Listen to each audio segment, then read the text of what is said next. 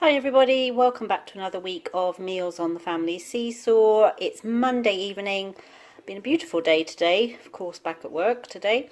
We're having simple supper for Monday. It's just a chilli. I didn't have any beans in the cupboard, so this is just the corn mince with chopped tomatoes, onions, crumbled stock cubes, some Worcestershire sauce, and a little bit of water to make it the right consistency.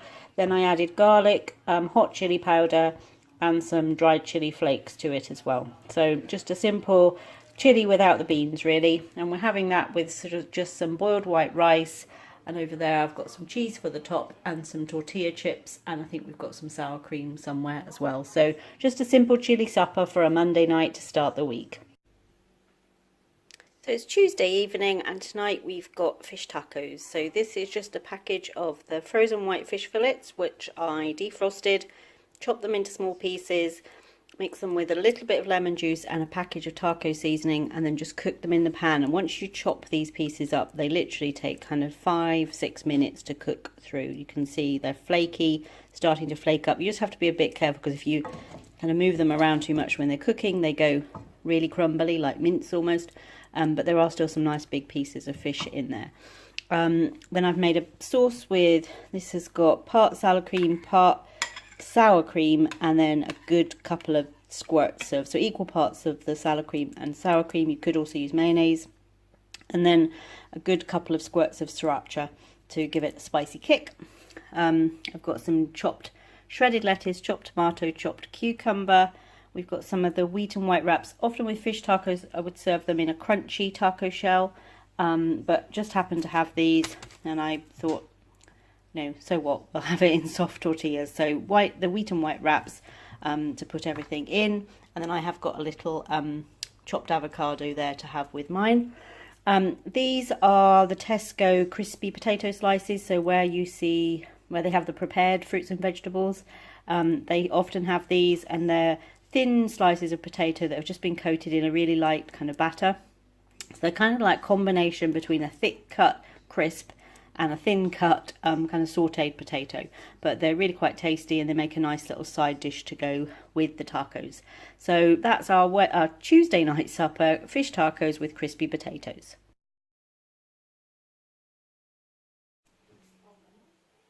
So it is Wednesday evening and tonight we've got chicken pie with buttered Jersey Royals and some steamed vegetables. So quite a simple take and bake kind of supper tonight. This was the upper crust chicken and asparagus pie. It's not quite as full as it looks on the box, but are they ever? But yeah, looks like quite tasty. The filling looks really nice with little pieces of asparagus, a white sauce and chicken, just makes a change from the traditional sort of chicken pie. So chicken pie, Jersey Royals and steamed vegetables for Thursday night.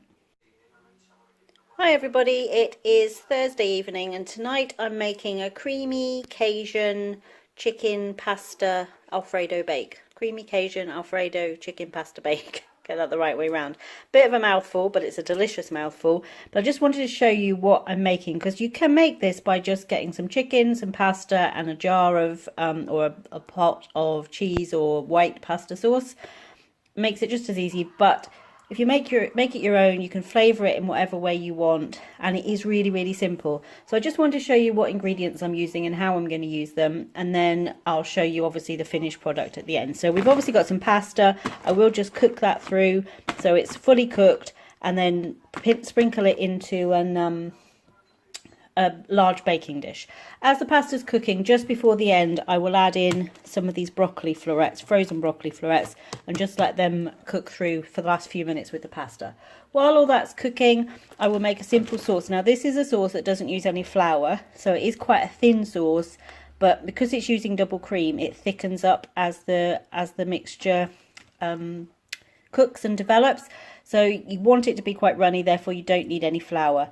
I have to say this is not the recipe or the meal to make if you are trying to lose weight or following any kind of healthy eating plan. It is complete indulgent comfort food. So the sauce is made with a little bit of butter and then some double cream and some milk. You use a little bit of chicken stock. You can see I've just got a tiny bit in there, and really ideally you would just put the chicken stock cube in with your milk and cream, but I do like to have it just diluted first, so I use just a tiny bit of water. You're then going to thicken it up with Parmesan cheese, ready grated Parmesan cheese I've got here just because I happen to have it, but the cheapest way to do that is to buy a block of Parmesan and just grate it yourself. You want a couple of really good handfuls of Parmesan. And then seasonings can be really whatever you like. I've got some pepper. I won't add salt because I'm using the stock cube. I've got garlic granules, some Cajun seasoning, and some mixed herbs. And I'll just add enough of each of those in to give it the sort of flavour that I'm looking for. And then I've got some cooked sliced chicken, which is the frozen cooked sliced chicken. I'm just going to chop that up into slightly smaller pieces and stir that through into the sauce. You can use any kind of cooked chicken, so either cook up a couple of big chicken breasts or some chicken thigh fillets while you're cooking your pasta, or something I often do is put a small whole chicken in the crock pot, leave it to cook all day, and then use the meat from that. That would be delicious, but really any cooked chicken. And the good thing with a pasta bake is if you haven't got a lot of meat, so if you've just got a couple of chicken breasts and you need to make that stretch, the pasta and the sauce is the bulk of the meal. So if you add some chicken in, add some vegetables, it doesn't matter how much, you're still going to have a nice filling meal. And then the topping is just some mozzarella and some panko breadcrumbs sprinkled over the top. Put it in the oven for about on 180 Celsius for about 20 minutes because everything is cooked at that point. If you're putting vegetables in, as we are tonight, I'm just going to serve it with some garlic bread because we need more carbohydrate and butter in this meal.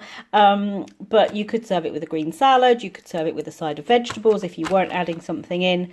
So I'll come back once it's all put together and show you how it turns out. But really quite simple to make it yourself. Perhaps takes 10 more minutes than it would if you were going to use a jar of sauce. So highly recommend it. Really tasty. Again, you can flavour it whatever way you like. We're going with a slightly Cajun taste on this day. I like Cajun and Alfredo flavours together, so that's our choice tonight, but you could just keep it simple with herbs and garlic, really whatever you like. So I'll get on with the dinner and I'll come back and show you how it turns out. Okay, so here is our finished pasta bake, and as you can see it's cheesy, the broccoli's there, the pieces of chicken, that lovely cheese sauce, and as you can see, even though the sauce comes out really thin because you don't add any flour to it, by the time it soaks into the pasta and the chicken and with the cream in it, it just thickens up. It's got the Cajun seasoning, so it'll have a little bit of a kick to it. Really looking forward to this, quite comforting, definitely not diet friendly pasta bake, and it's creamy Cajun chicken Alfredo, and we just got some garlic baguettes there to have on the side. So yep, off to enjoy our Thursday night dinner. So it's Friday night, yay, and that must mean it's time for a fake away. We've kind of had that tradition now for several weeks, and we're quite enjoying having Friday night kind of pretend takeaway or fake away. So tonight we've got chicken burgers with chips. So these are the breaded chicken steaks, frozen breaded chicken steaks. We've got, Caleb and I've got garlic and herb, and Tony's got hot and spicy. And all I did is once they were cooked, I just put some sliced cheese on the top and just put them back in the oven for just a couple minutes for the cheese to melt through. And then I've got them with lettuce on seeded buns. I've got some mayonnaise and some chili sauce on mine, some chips and some garlic mayo. Caleb's got the same as me. He's got the garlic and herb one as well. And he's just got a little bit of lettuce, chips, ketchup on his bun, and some ketchup on the side. So Friday night fake away for this week is chicken burgers and chips. Saturday evening, and tonight we've got what I usually call bonfire night supper, because this was what we always had when I was growing up on bonfire night. Sausages, baked potatoes with cheese, and baked beans. I've also just done a few onions in the pan with mine. I like to have onions with sausage. So this is mine, 3 sausages. Baked potatoes were quite small this week, so I've got a whole one and a half a one with some cheese and baked beans. And then this is Caleb's. He does not like baked beans, so he has got some cucumbers and ketchup with his. Hi everybody, it's Sunday evening, and I'm doing a pork tenderloin tray bake, like a one pan meal, apart from the fact that I will steam a few vegetables. to serve with it this evening. And I just wanted to show you it before it goes in the oven. So all I've done is taken what in the US they call a sheet pan or a large baking tray, put foil on it, brushed oil over the foil, and put 2 of the pork fillets. Again, in the US they call these pork tenderloins. I put 2 of those down the middle. I then, in a bowl, combined some olive oil, balsamic vinegar, honey. So I had kind of about half a cup of olive oil, about 5 or 6 tablespoons of balsamic, and 2 tablespoons of honey. I added salt and pepper, a whole head of garlic minced up, a minced onion, and some fresh rosemary leaves just chopped up. Rosemary is one of the easiest herbs to grow. It will just take care of itself and keep coming back year after year if you pop it in a pot in the garden or in the kind of in your flower bed or somewhere. It's really easy one to grow. I grew mine from a little plant I got from the garden centre, and it's the one I really, that and sage, I don't have to worry about. They just keep coming back. So nice fresh rosemary, and the much bigger leaves, much easier to get off the stems than the ones you buy at the grocery store. So then just took a little bit of that mixture out and brushed it over the pork, and then put a bag of Jersey Royals, which I chopped into quarters. This is not going to take too long to cook, so I didn't want great big chunks of potato. And then I also had some baby carrots, which I just cut in half. Put those into the mixture, coated them fully, added them around the pork tenderloins, and this will bake in the oven. I've got the fan oven on because I think the fan bakes better for something like a tray bake, and I've got it at about 170, so that would be about 190 regular oven setting, and I'm going to bake it for about 50 minutes. I will check it after about 40-45, and if the pork is done I might take the pork off and let it rest and let the vegetables keep cooking for about another 5 or 10 minutes. But that's it, and as I say, I will be making just in the steamer maybe some broccoli, maybe some mixed veg to have with it, but it's one pan. It's like a roast dinner, but you've got lots of flavour in there from the marinade. So I'll come back afterwards, obviously, and show you it when we're ready to plate up, but I just wanted to show you how we put this one together. So there is the finished tenderloin with the vegetables. You can see there's quite a lot of liquid on the tray. That's really because there was obviously oil in the marinade, and then also the juices that come out of the pork. But we'll we'll lift the potatoes and carrots out of that with a slotted spoon, so we don't carry a lot of the oil with it. And then over here I've taken off one of the tenderloins, the fillets already, and sliced that. You can see it's perfectly cooked through. So this is a great way to get really like a roast dinner without having to cook a piece of meat for a couple of hours. So this took about 45 minutes in a 170 fan oven, which would be about 190 in a regular oven. And so really doesn't take very long to pull it all together. If you're out during the day and you come home, you want to still have a roast dinner, this is a good way to do it if you don't want to use like a crock pot or something.